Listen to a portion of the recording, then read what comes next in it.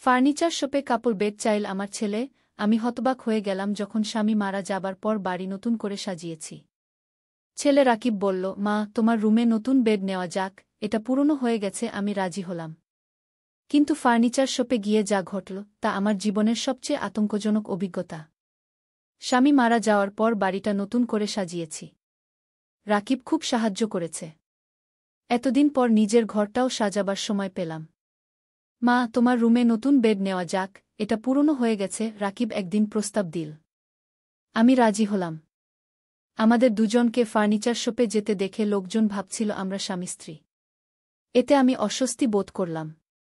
এই মডেলটা কেমন? সেলসম্যান একটা বেডের দিকে ইশারা করে বলল। আমি দেখলাম সেটা একটা ডাবল বেড। বড় শৌখিন। রাকিব মাথা নাড়ল দিয়ে। স্যার, আপনি আর ম্যাডাম কি কাপল বেড নেবেন? সেলসম্যান জিজ্ঞেস করল। রাকিব হাসল, হ্যাঁ গু। আমি অবাক হয়ে রাকিবের দিকে তাকালাম। সেলসম্যান বোঝেনি আমরা মাছেলে, ভেবেছে আমরা স্বামী স্ত্রী। আর রাকিব তাকে ভুল ধারণা থেকে বের করেনি। বাড়ি ফিরে জিজ্ঞেস করলাম, কাপল বেড কেন? রাকিব আমার দিকে এগিয়ে এল। আমার হাত ধরে বলল, মা, আমি চাই আমরা সত্যিই কাপল হই। কি?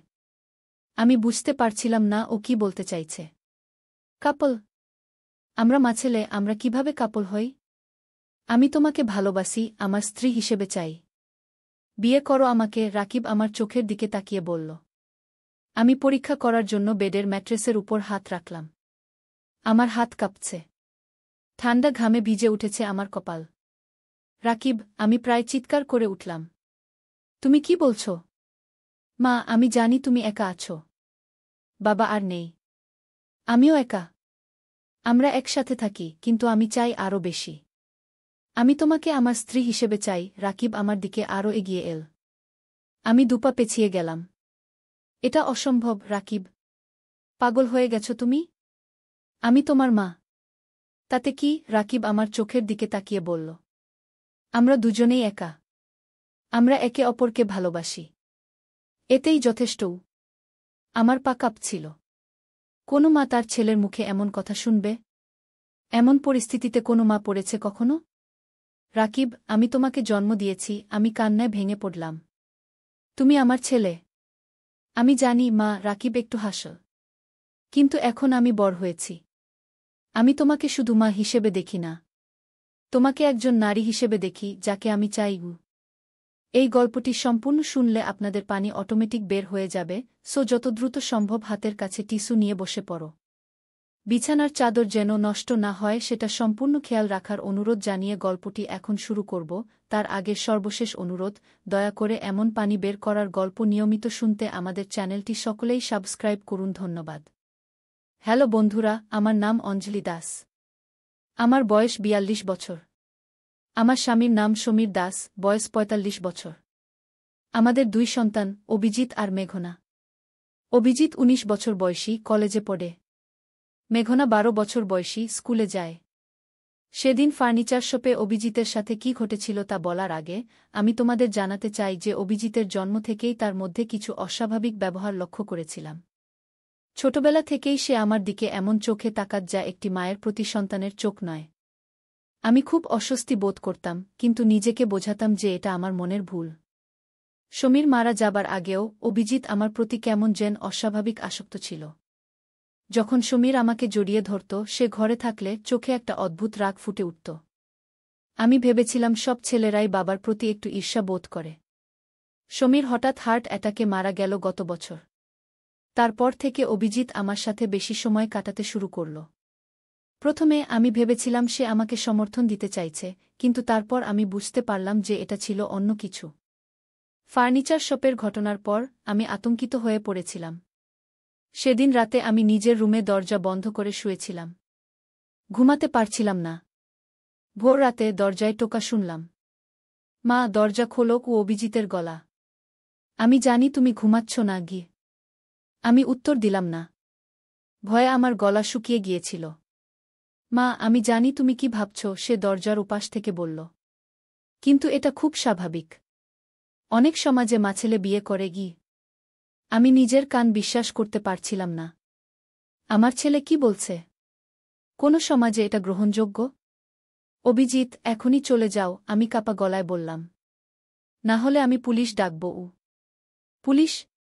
কেন? আমি তো তোমাকে ভালোবাসি, মা। এতে অন্যায় কি? সে হাসতে হাসতে বলল। আমি আমার ফোন হাতে নিয়ে নাম্বার ডায়াল করতে শুরু করলাম। দরজার ওপাশে কয়েক সেকেন্ড নীরবতা। ঠিক আছে, আমি যাচ্ছি, সে বলল। কিন্তু এটা তুমি এড়াতে পারবে না, মা। সেই রাতে আমি সিদ্ধান্ত নিলাম, আমি আর এই বাড়িতে থাকতে পারব না। অভিজিৎ সম্পূর্ণ পাগল হয়ে গেছে। কিন্তু কি করব? কোথায় যাব? কাকে বলবো? কে বিশ্বাস করবে যে আমার নিজের ছেলে আমাকে এভাবে দেখছে? সকালে যখন অভিজিৎ কলেজে চলে গেল, আমি মেঘনাকে নিয়ে আমার বোনের বাড়িতে যাওয়ার সিদ্ধান্ত নিলাম। কিন্তু ঠিক যখন আমি জিনিসপত্র গোছাচ্ছিলাম, আমার ফোনে একটা অচেনা নম্বর থেকে কল এলো। হ্যালো, অঞ্জলি দাস, একটি মহিলার গলা। হ্যাঁ, কে বলছেন? আমি জিজ্ঞেস করলাম। আমি সাবিনা, সাইকিয়াট্রিস্ট। আপনার ছেলে অভিজিৎ গত 3 মাস ধরে আমার কাছে আসছে। আমি অবাক হয়ে গেলাম। অভিজিৎ আপনার কাছে আসছে? কেন? অঞ্জলি, আমি আপনাকে একটা কথা বলতে চাই। অভিজিৎ আমাকে জানিয়েছে যে সে আপনার প্রতি রোমান্টিক অনুভূতি পোষণ করে। কি? আমার পা কাঁপছিল। হ্যাঁ, সে আমাকে বলেছে। আমি এটা শুনে চিন্তিত হয়েছি। কিন্তু আরও চিন্তিত হয়েছি যখন সে আমাকে বলেছে যে আপনিও তাকে এভাবে দেখেন। কি? আমি প্রায় চিৎকার করে উঠলাম। এটা একদম মিথ্যা। আমি কখনোই। শান্ত হন, অঞ্জলি, ডাক্তার বললেন। আমি জানি এটা সত্য নয়। অভিজিৎ একটি মানসিক রোগে ভুগছে যাকে আমরা ইরোটোমানিয়া বলি। এটা একটি বিরল অবস্থা যেখানে একজন ব্যক্তি ভুলভাবে বিশ্বাস করে যে অন্য ব্যক্তি তার প্রেমে পড়েছে। অভিজিতের ক্ষেত্রে সে বিশ্বাস করে যে আপনি তাকে রোমান্টিকভাবে ভালোবাসেন। আমি শক্ত হয়ে দাঁড়িয়ে রইলাম। কিন্তু কেন? কেন সে আমাকে নিয়ে এমন ভাবছে? আমরা এখনও কারণ জানি না। কখনো কখনো এটা ট্রমা বা বাল্যকালের অভিজ্ঞতা থেকে আসতে পারে। কিন্তু আমি আপনাকে একটা কথা বলতে ফোন করেছি, অভিজিৎ আজ আর কলেজে যায়নি। সে আমার সাথে দেখা করতে এসেছিল। সে আমাকে বলেছে যে আজ আপনাকে প্রমাণ করবে যে আপনি তাকে ভালোবাসেন। আমার বুক ধড়ফড় করতে লাগল। ওমাগো! মেঘনা! মেঘনা কোথায়? আমি চিৎকার করে ডাকলাম। মেঘনা ছিল তার রুমে, ঘুমাচ্ছিল। সে সকালে অসুস্থ বোধ করছিল বলে স্কুলে যায়নি। আমি দৌড়ে তার রুমে গেলাম। কিন্তু সে সেখানে ছিল না। মেঘনা! আমি প্রায় পাগল হয়ে বাড়ির চারপাশে খুঁজতে লাগলাম। আমি ফিরে আসলাম ফোনের কাছে। ডাক্তার, অভিজিৎ আমার মেয়েকে নিয়ে গেছে। আপনি জানেন সে কোথায় যেতে পারে? সে বলেছিল আপনার জন্য একটা বিশেষ জায়গা আছে। একটা পুরনো বাড়ি যেখানে আপনারা আগে থাকতেন। আমি ভাবলাম, হ্যাঁ, আমরা আগে শহরের বাইরে একটা পুরনো বাড়িতে থাকতাম। সমীরের পিতামহের বাড়ি। সেখানে দেখুন। আমি পুলিশকে জানাচ্ছি। আপনি সেখানে যাবেন না। পুলিশ সেখানে যাবে। কিন্তু আমি কিভাবে অপেক্ষা করি? আমার মেয়ে ওই পাগল ছেলের হাতে? আমি নিজের গাড়ি নিয়ে ছুটলাম পুরনো বাড়ির দিকে। গাড়ি চালাতে চালাতে আমার মনে এলো সমীরের মৃত্যুর আগের কথা। অভিজিৎ সমীরকে কখনো পছন্দ করত না। সমীর খুব ভালো মানুষ ছিল, ধৈর্যশীল, কিন্তু অভিজিতের সাথে কখনো ভালো সম্পর্ক গড়ে ওঠেনি। এখন আমি ভাবছি, সমীরের মৃত্যুটা কি সত্যিই হার্ট অ্যাটাক ছিল? অভিজিৎ তার বাবার ওষুধের সাথে কিছু মিশিয়েছিল? আমি পৌঁছালাম পুরনো বাড়িতে। এটা ছিল একটি দোতলা লাল ইটের বাড়ি, প্রায় 100 বছরের পুরনো। চারপাশে জঙ্গল, কোথাও কেউ নেই। আমি ধীরে ধীরে নামলাম গাড়ি থেকে। দরজা খোলা ছিল। আমি ভিতরে ঢুকলাম। অভিজিৎ, আমি ডাকলাম। মেঘনা? কোনো উত্তর নেই। বাড়ির ভিতরটা অন্ধকার, ধুলো ভরা। আমরা প্রায় 5 বছর আগে এই বাড়ি ছেড়ে দিয়েছিলাম। আমি সিঁড়ি বেয়ে উপরে উঠলাম। দ্বিতীয় তলায় পৌঁছে আমি একটা আলো দেখতে পেলাম যেটা আসছিল পুরনো শয়নকক্ষ থেকে। ধীরে ধীরে আমি দরজার কাছে গেলাম। ভিতরে অভিজিৎ বসেছিল একটা পুরনো চেয়ারে। মেঘনা ছিল একটা খাটের উপর, তার হাত পা বাঁধা। অভিজিৎ, আমি চিৎকার করে উঠলাম। তুমি কি করছ? মেঘনাকে ছেড়ে দাও। অভিজিৎ আমার দিকে ফিরল। তার চোখে একটা অদ্ভুত চাহনি। মা, তুমি এসেছ। আমি জানতাম তুমি আসবে, সে হাসল। দেখো, আমি মেঘনাকে বাধা অবস্থায় আমার সাথে নিয়ে এসেছি, আর তুমি ছুটে এসেছ আমার কাছে। এটাই প্রমাণ করে যে তুমি আমাকে ভালোবাসো গো। অভিজিৎ, এটা প্রমাণ করে যে আমি মেঘনাকে ভালোবাসি। এটা প্রমাণ করে যে আমি একজন মা, আমি বললাম ধীরে ধীরে ঘরে ঢুকতে ঢুকতে। মেঘনা, তুমি ঠিক আছো? মেঘনা মাথা নাড়ল। তার মুখে স্কচটেপ লাগানো ছিল। আমাদের এই বাড়ি মনে আছে মা? অভিজিৎ বলল। আমরা এখানে কত সুখে ছিলাম যতক্ষণ বাবা আমাদের সাথে ছিল না। সেই দিনগুলোতে তুমি শুধু আমার ছিলে গু। অভিজিৎ, তুমি একটা মানসিক রোগে ভুগছ, আমি বললাম, আমার গলা শান্ত রাখার চেষ্টা করতে করতে। সাবিনা আমাকে বলেছেন। এটাকে ইরোটোমানিয়া বলে। তুমি ভুলভাবে বিশ্বাস করছো যে আমি তোমাকে রোমান্টিকভাবে ভালোবাসি, কিন্তু এটা সত্য নয় গে। অভিজিতের মুখের ভাব পাল্টে গেল। তুমি তার সাথে কথা বলেছ? হ্যাঁ, সে আমাকে ফোন করেছিল। সে বলেছে যে তুমি চিকিৎসাধীন আছো গু। সে মিথ্যাবাদী, অভিজিৎ চিৎকার করে উঠল। সে আমাদের সম্পর্ক ভাঙতে চাইছে। আমি মেঘনার দিকে আরও কাছে সরে গেলাম। অভিজিৎ, আমাদের মধ্যে কোনো সম্পর্ক নেই। আমি তোমার মা, তুমি আমার ছেলে। এটাই আমাদের সম্পর্ক। আমি তোমাকে মায়ের মতো ভালোবাসি, আর কোনোভাবে নয় গিয়ে। অভিজিৎ উঠে দাঁড়াল। তার হাতে একটা ছুরি ছিল। সব ভেস্তে দিলে তুমি, মা। আমি সব পরিকল্পনা করেছিলাম। সমীরকে সরিয়েছিলাম। বাড়ি সাজিয়েছিলাম। নতুন বেড কিনেছিলাম। সব ঠিক হয়ে যাচ্ছিল। কিন্তু তুমি সব ভেস্তে দিলে গু। সে সত্যিই সমীরকে মেরেছিল। আমার সারা শরীর হিম হয়ে গেল। তুমি কি করেছিলে? আমি জিজ্ঞেস করলাম মেঘনার কাছে পৌঁছতে পৌঁছতে। বাবার ওষুধের সাথে পারদ মিশিয়েছিলাম। ধীরে ধীরে বিষক্রিয়া হয়েছিল। ডাক্তাররা ভেবেছিল হার্ট অ্যাটাক। কেউ সন্দেহ করেনি কি সে হাসল। সব তোমার জন্য, মা। যাতে আমরা এক হতে পারি। আমি মেঘনার বাঁধন খুলতে শুরু করলাম। কি করছ? অভিজিৎ জিজ্ঞেস করল। মেঘনাকে মুক্ত করছি। ও আমাদের আলোচনায় অংশ নেবে না গি। না, অভিজিৎ চিৎকার করল। সে এখানে থাকবে। সে আমাদের নতুন পরিবারের অংশ হবে। কি পরিবার, অভিজিৎ? তুমি কি বলছ? আমরা তিনজন এক হব। আমি, তুমি, মেঘনা। মেঘনা আমাদের সন্তান হবে গু। আমার পেটের ভিতর বমি আসছিল। কিন্তু মেঘনা তো আমাদের সন্তানই। না, এখন সে আমাদের সন্তান হবে। আমি তার বাবা হব, তুমি তার মা গু। ঠিক সেই মুহূর্তে দূরে সাইরেনের শব্দ শোনা গেল। পুলিশ আসছিল। অভিজিৎ ছুটে গেল জানালার কাছে। পুলিশ, সে আমার দিকে ফিরল। তুমি পুলিশ ডেকেছ? না, সাবিনা ডেকেছেন, আমি বললাম মেঘনার বাঁধন খুলতে খুলতে। অভিজিৎ ছুরি হাতে আমার দিকে এগোতে লাগল। তুমি আমাকে ধোঁকা দিয়েছ, মা। তুমি আমাকে ভালোবাসো না। আমি দেখলাম তার চোখগুলো লাল। সে কি মাদক সেবন করেছে? অভিজিৎ যেন আমার ছেলে নয়, একজন সম্পূর্ণ অপরিচিত লোক। অভিজিৎ, আমি তোমাকে ভালোবাসি, একজন মা হিসেবে গু। আমি মেঘনাকে মুক্ত করে তাকে আমার পেছনে রাখলাম। তুমি চিকিৎসা নাও। তুমি সুস্থ হয়ে উঠবে গু। চিকিৎসা? আমি পাগল নই, সে চিৎকার করল। আমি তোমাকে ভালোবাসি। তাতে অসুবিধা কি? অভিজিৎ, তুমি তোমার বাবাকে মেরেছ। তুমি তোমার বোনকে অপহরণ করেছ। এগুলো পাগলামি নয় তো কি? আমি জিজ্ঞেস করলাম। সব তোমার জন্য। সব তোমার জন্য। সে ছুরি হাতে আমার দিকে ধাবিত হল। আমি মেঘনাকে সরিয়ে নিজেও পাশে সরে গেলাম। অভিজিৎ ঠিক আমার পাশ দিয়ে চলে গেল, খাটের সাথে ধাক্কা খেল। আমি চাই আমরা একসাথে হই, মা। সে মাটিতে পড়ে গিয়ে বলল। আমি চাই সবকিছু আগের মতো হোক, যখন শুধু আমরা দুজন ছিলাম, আর বাবা ছিল না গি। সিঁড়িতে পদশব্দ শোনা গেল। পুলিশ এসে পড়েছিল। আমরা উপরে। আমাদের সাহায্য করুন, আমি চিৎকার করে উঠলাম। অভিজিৎ হঠাৎ একটা হাসি দিয়ে উঠল। সাহায্য? কার সাহায্য? আমাদের? নাকি তোমার? আমি জানি তুমি আমাকে ছাড়া থাকতে পারবে না, মা গি। দুজন পুলিশ অফিসার ঘরে প্রবেশ করল। তারা অভিজিৎকে মাটিতে দেখতে পেল, হাতে ছুরি। সবাই স্থির থাকুন। ছুরিটা ফেলে দিন, একজন অফিসার চিৎকার করল। অভিজিৎ ধীরে ধীরে উঠল। কিন্তু ছুরি ফেলার পরিবর্তে সে নিজের দিকে ছুরি তাক করল।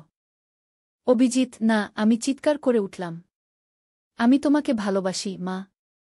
আমি তোমাকে এতটাই ভালোবাসি যে তোমাকে ছাড়া বাঁচতে পারব না, বলে সে ছুরিটা নিজের পেটে ঢুকিয়ে দিল।